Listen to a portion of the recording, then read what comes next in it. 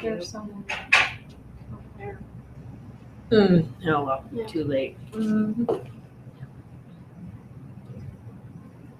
Wait for our thousands of fans. A couple minutes here. Might be Did waiting you a like these while. little heart ones? I did. They're cute. Yeah. Yeah.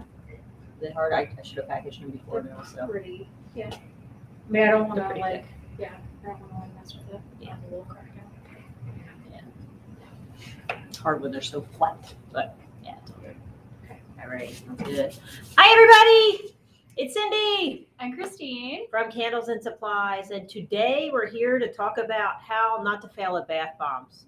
So anyway, give us a shout out. Thanks for coming. Thanks for joining us today and everything like that. Give us a shout out in chat. That way we want to know you're here and you know who's on and stuff like that. We always like to see whoever's here. And if you have any bath bomb fail stories, make sure to put that in there too. If you've ever tried bath bombs, there's a fair amount of cursing when you're first learning it, but then once you have it and it's pretty good. Everybody loves bath bombs.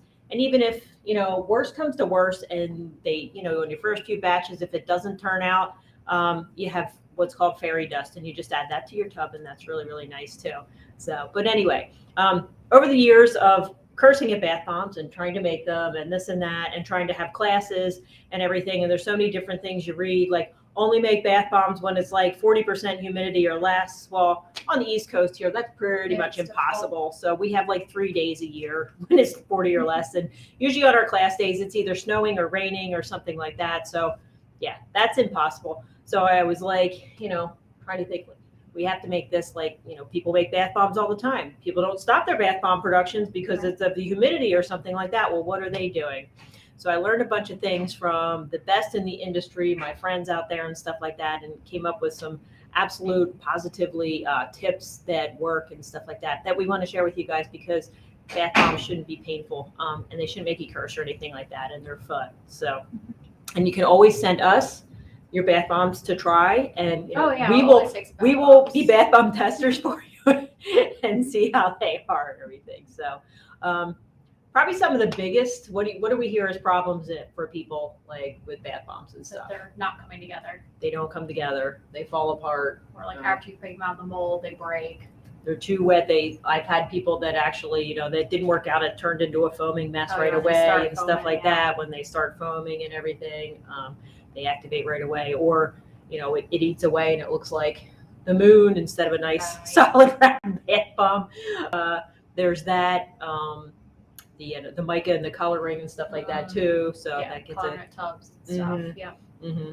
Yeah. So we'll go over all that today. And if you guys have any questions, make sure to post it in the chat and stuff like that too. We'll make sure to get to all your questions and everything. So, and we love to hear about trials and errors, you know, what everybody's things are with bath bombs, their personal things that they hate. So at first I was convinced that this bath bomb recipe was horrible. This one didn't work, whatever. Like all the bath bomb recipes were just like not working.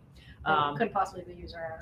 No, couldn't have been anything I was doing, obviously. So, you know, bath bombs are easy. You just put them together and mold them, right? It should be simple.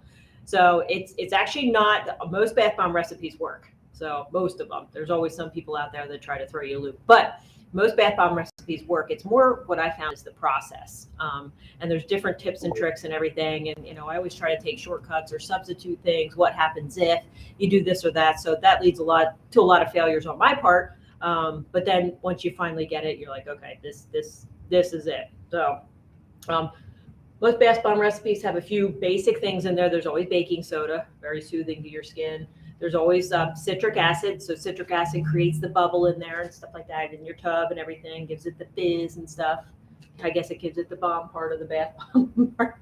So, or the bath fizzy, gives it the fizz part. Sometimes there's Epsom salt in it. Sometimes there's, you know, like clays and stuff like that in it too. There's always some type of oil in there. And you're seeing lots of them with CBD oil. There's, you know, lighter oils. You could pretty much use any oil that you want, whatever feels good on your skin.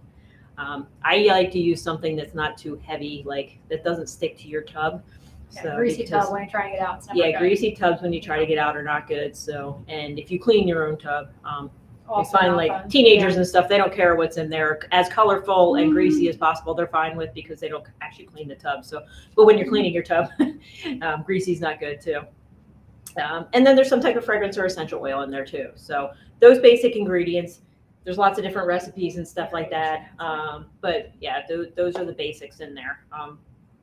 So my tip number one, whatever oil you're using, I recommend using at least like one type of hard butter. So a hard butter would be, I put my butters away. A hard butter would be cocoa butter, for instance. You know how that's rock solid? Well, you're going to melt it down to make your bath bombs and stuff like that. But think about it, when that hardens up, that's going to harden up your bath bomb too. It's going to be part of the hardening process. So you can substitute like any oil in there for, yeah, excellent. So here's Christine with cocoa butter.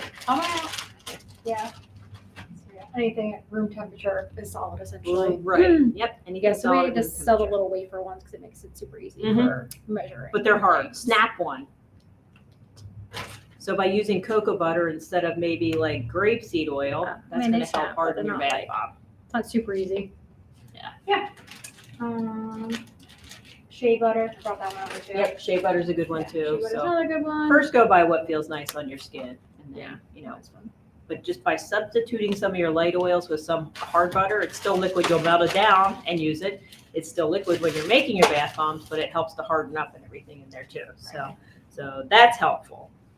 Tip number two, use some type of starch in there. So like tapioca starch, arrowroot powder, cornstarch, some type of starch, because if you've ever added water to a starch, it hardens up. So it gets rock solid. If you ever made gravy and put like a little bit of water to thicken it and tried to stir it, it's very hard. So that's going to harden your bath bomb too, just by adding a little bit of starch. Plus it makes your skin feel like nice and silky too. It's very good on your skin and stuff like that too. So Yeah, arrowroot's used a lot in like the deodorants and stuff. So yeah, I like arrowroot in there. Yeah, personally that's one of my favorites. So but add some type of starch in there, and you can substitute something. So substitute part of your, if it's not in your recipe, maybe take, a quarter cup of your baking soda out and substitute with arrowroot or something. So to help harden it up.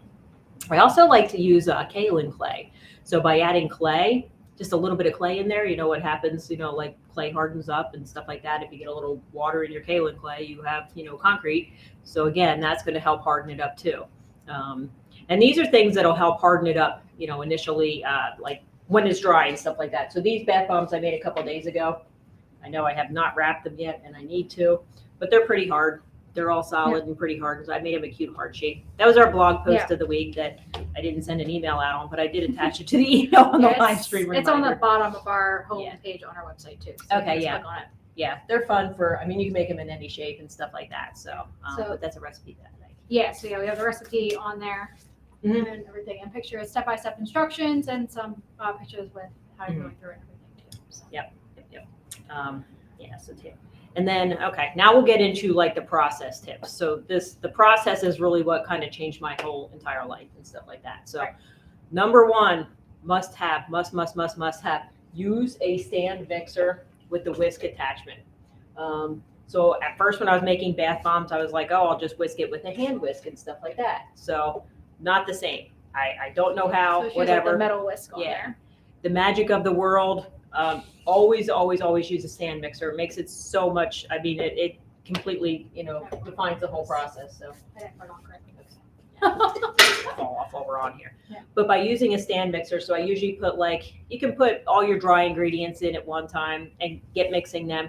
I let them mix I'll just set that. Dry ingredients not including citric acid.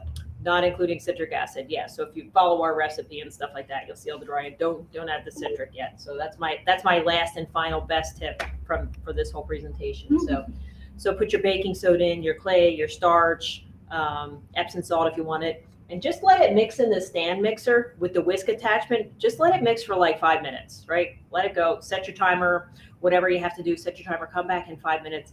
Let it do its thing and blend really well. That's really, really important. So even if you're mixing with the hand whisk, you think everything's mixed in there fine. I've been 1000% positive that when I was hand mixing it was just fine, but it wasn't. The stand mixer makes it so much easier. And 5 minutes the hand mixer hurts your hand a whole lot more than the stand mixer. I know, yeah. I'll be going like this. I'm like, longer. It's been 5 minutes when it was like 30 seconds too. So, because I'm impatient. But yeah, if you just put it in the stand mixer, that was not the biggest thing that changed my life in bath bombs, but certainly it makes it turn out every time. So like, when we have our classes and it's pouring rain out, so this humidity thing doesn't work for us and stuff like that. They always work out in class. Like everybody makes good bath bombs in class. It's awesome. And then next tip, when you're doing your stand mixer and stuff like that, mix your dry ingredients and then get your wet ingredients. So while that's doing its thing and the dry ingredients are mixing, get your wet ingredients together, like melt your butters and your water, whatever, your fragrance, whatever's in your wet ingredients, and then add them at low speed. Otherwise, and when you're mixing your dry ingredients, just put it on low speed. Otherwise, it poofs up, and that's not a lot of fun. If it wants to poof up anyway, you can take like a wet kitchen towel, just like a wet dish towel. Pretend that this has bath bomb stuff in there and that I didn't just leave it unseen. Just set it over top, and that way it won't be very airborne. Yeah, it'll contain itself and stuff like that. But if you set it on low, mix it, it's fine. And then incorporate your wet ingredients slow while it's on. Don't pour it directly on.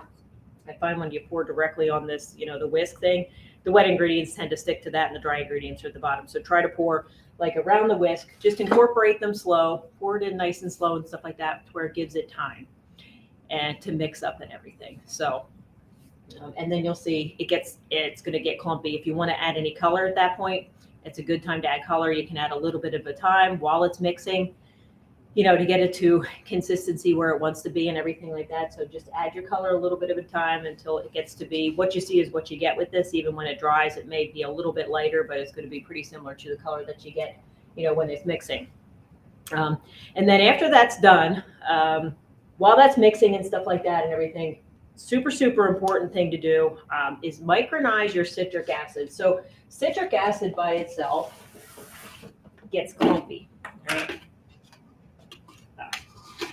Might be easier to show you.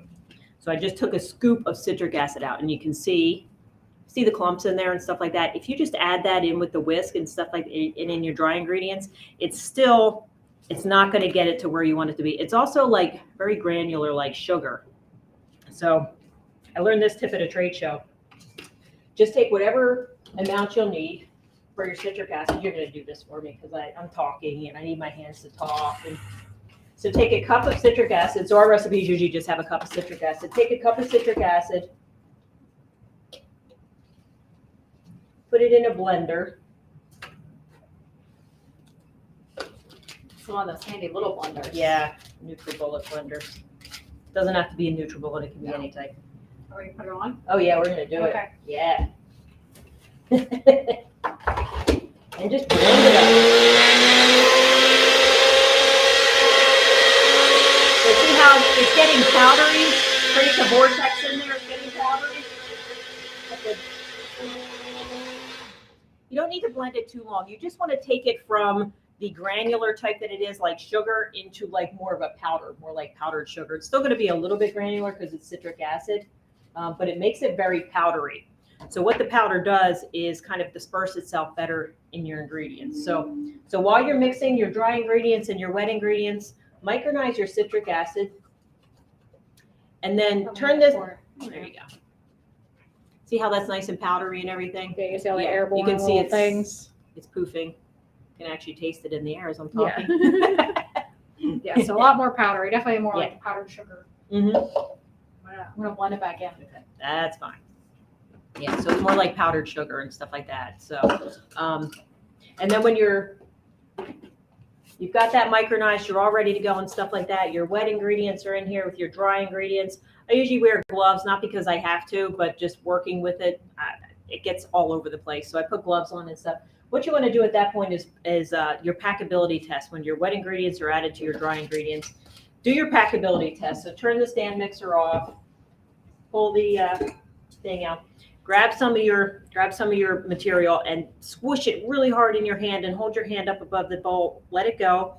If it plops in there and stays in one clump, you're ready to go. It's good. So what happens from now, once it's at its ideal packability, you're ready to go. You kind of want to work fast. You don't want to decide to like use the restroom at that point or anything like that. You only have a certain amount of time before the mixture Kind of is like when too you're dry. doing with soap. Like Exactly. soap, Yep. Take care of that time. details before you, before you get the trace, that type of thing. So, yeah. So you have a little bit of time. So you have the perfect packability. Now you want to add your citric acid. Okay. The reason that we don't add it before, like when you're mixing your dry ingredients, because then when you put your wet ingredients in, they usually pour all in one spot because that's how things go. Liquid pours all in one spot. And what that'll do is it'll act like a catalyst that your citric acid will start reacting and everything, right? It starts reacting right away. And you may get that foamy stuff, the foamy wet stuff that doesn't mix back in. So you don't have enough citric acid in the rest of your batch because it just went off in there. So I usually add that last. And that is probably like the key thing between success and failure in my bath bombs. Micronizing the citric acid, adding it last. So you'll put your citric acid in, you'll put it back in the stand mixer for literally like 30 seconds, just until it's blended, and then get to work, start packing in your molds and stuff like that. So just get going on that.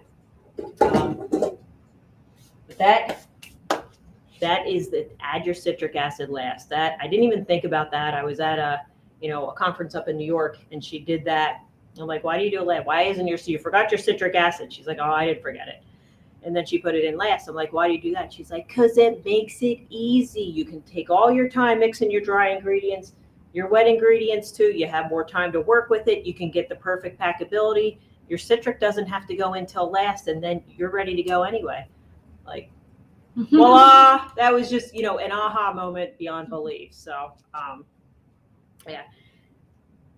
And then have everything ready. So like have your molds and everything ready too. Like always have everything ready before you go. Because once it's at that point, you're ready to rock and roll and start packing it in molds. Another thing that I didn't put on here, it doesn't work well since you do have a certain amount of time to make your bath bombs. It doesn't really work well to like double or triple the recipe right away and then do it because you don't have enough time. Like just with this size mold, you don't have enough, it's good to do small batches. So like even big producers just do enough batches like they can produce. So if they make a batch and they have 5 people making bath bombs, they know how much to make to where they can get it done in a certain amount of time.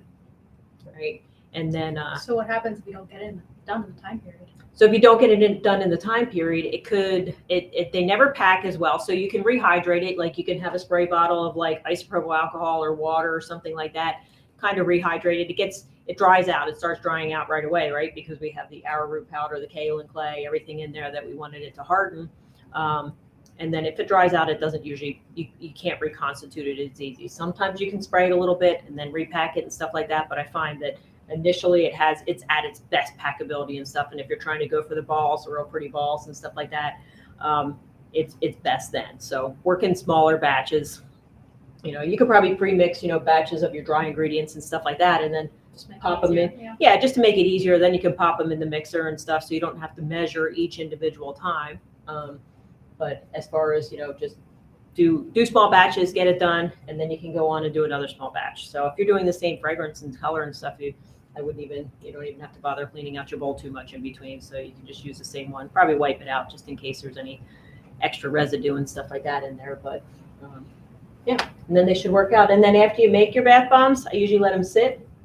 I spray them with just a very, very light coating of dusting. Like think about spraying them. So isopropyl alcohol. And what this does, it kind of gets the citric acid to catalyze. It starts getting it hard on the outside, right? So it'll harden up and get real. If you spray it too much, people like to really soak them down sometimes. Then it'll start reacting and going off, and you'll get like craters in it and stuff like that. So just a light dusting on top. Just think about it. If it's a humid day, you probably don't even need to do that. So, but I find the isopropyl alcohol that goes on and evaporates right away. So it goes on, creates a reaction, evaporates right away, and then the bath bomb starts hardening. So I think that's everything in the world that I know about bath bombs. I spit it all out. So there's a lot of information there. Yeah, there was a lot of information. So it's all in our blog post too. So if you look at that blog post that was on the email, it's all in there too. It's explained step by step on what to do and everything too. So and all these tips and tricks are in there. So who's watching us? Got Chastity from Louisiana. Hi, Chastity. Jennifer says hi. Hi, Jennifer. Jamie from Jamie Sense in New York. Hi, Jamie. Pewter from Illinois. Pewter, that's a cool name. Yeah, hopefully I said that right. All right, so here's the thing. I'm currently struggling to dry them out. I used the oven method, and it seemed to make it even more moist. Very interesting. I haven't heard of the oven method. Yeah. So basically, I guess You just put it in the oven after you're put done. it in the oven, I guess. A Yeah. setting. Yeah. Isn't that like a thing with like some people do it with the soap too? Like Right, similar? right. So, Gets it to go. So, yeah. I wonder if you put the convection setting on your oven and created that air in there, if that would work any better. So I've never Yeah. used the oven method, but that's very interesting. yeah. Or maybe try switching up a recipe where you don't have to use the oven method. Yeah. Or I would the spray at the end, the isopropyl alcohol spray at the end, that actually dries it up and everything too. So alcohol dries everything up. So Try that. yep. All right. Audrey from PA. Audrey. Dehumidifier next to the drying rack. That's definitely That's a good great tip. idea. Yes. Yeah. Yeah. I was thinking that would be a good idea. It's 4-ounce bath bombs that dry in a day with it. Nice. Oh, that's cool. Jean from Central Jersey. Hi, Jean. Lots to say the relaxing. Like, yeah, it's In revelations. case you don't in know, here. too, people are sick of flowers and candy at Valentine's Day. Real people want bath bombs, so Yeah. I'd much rather have a bath bomb than flowers or candy. So. Yeah, I mean it's a relaxing thing too. It is. So it's It is. perfect for Valentine's And if Day. you give like a little basket of bath bombs or Mhm. receive Even a little better. basket of bath bombs, True. it's the gift that keeps on giving, really. So yeah, like who doesn't want a nice, relaxing spa experience? So for Valentine's Day, Oh, it's awesome. You keep the oven off. It works for the oven method. Oh, okay. So turn the oven on, probably heat it up, and then turn it off. Turn it off. I'm gonna try that now. Cool. Interesting. We don't really have a convenient oven here though. We either, do not so- have a convenient oven, so that will have to be at home. And I do have one other tip based on my own life. So when we get busy classes and stuff like that, I brought my KitchenAid one time in to help with the traffic in class and stuff. And to this day, so whatever mixer you use for bath bombs, that's your bath bomb mixer. You never want to cook with it again. Because to this day, I did that like 3 years ago. I brought my KitchenAid in, and I swear every time I make something, cookies, this, that, there's just this slight taste of bath bomb in there. So it just doesn't go away. And it was a gift from my husband, so I can't exactly make the KitchenAid disappear and bring it to work, or he'll be upset. So, but yeah. Anyway, so definitely just use your one mixer for it. Doesn't even have to be a KitchenAid. It can be any stand mixer, but keep that for bath bombs and not cookies, because it never goes back. How do you pack the molds? That's another one too. Oh, okay. I like the 2-piece metal molds. They're my favorite. For me, that's the easiest. There's ways. Let me get my tools out here. Whichever one you're using though, it seems overpack essentially, because you don't overpack enough, then when you're squeezing together, you'll get the bubbles. You'll get air pockets or whatever, and then they'll fall apart. So definitely want to overpack whatever one you're doing. So there's a couple different ways. The metal bath bomb molds for me are the easiest. So I usually recommend people do that to start out with. So what you're going to do is just go in your mixer, pack it, because it's squishy. It'll pack together. So overfill these, put it together, pack it good. I usually like, just kind of press it together and hold it for a couple minutes.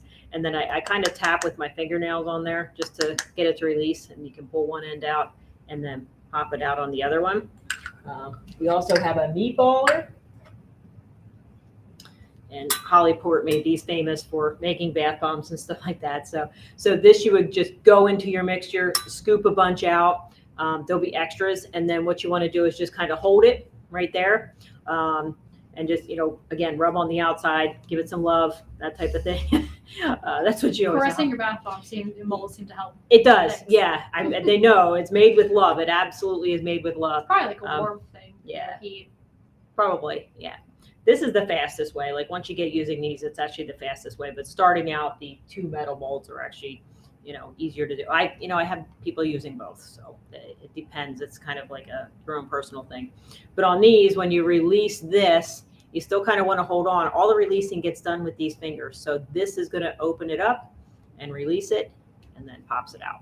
So you don't want to try to like open it up with your hand. It all gets done with these fingers. So I don't know why. But it works that way. So. And you can also use an easier way is to just, get plastic molds, pack your bath bomb in there and stuff like that. So that's really easy. Unless you're using round. If you're trying to make a round bath bomb, it's not easy in plastic. It's much easier in the metal. So Yeah, good so questions, we use this mold for the hard ones. Yeah. Yeah, so you can use like these type of molds too and pack them. Yep. I wanted the heart shape for Valentine's Day Right, because yeah, that's makes cute. sense. So Obviously, you won't want something with too much texture or anything on here though. 'cause it makes it exactly, stick. the detail and stuff probably. Yeah, so this is just a won't flat, so you want to make it sure it's flat, Mhm. otherwise it's Yeah. not coming out. Yeah, cool. Yeah. So awesome. How do you store them? Oh, good question. So these we have over here. Can they see that? Yeah. So these bath bombs that we have over here, I didn't wrap them yet, but what you want to do, they're all hard. They're all ready to go. I made them a few days ago. What you want to do is shrink wrap them or some type of airtight packaging so that it doesn't, because just the humidity in the air will eat them Starch. away. Yeah. It looks cute. I thought maybe one time it would be cute to like put a bunch of bath bombs in like a container in my bathroom, a glass container that wasn't sealed real tight and everything. And then all of a sudden they were all stuck together. And then all of a sudden they were giant just bath bomb.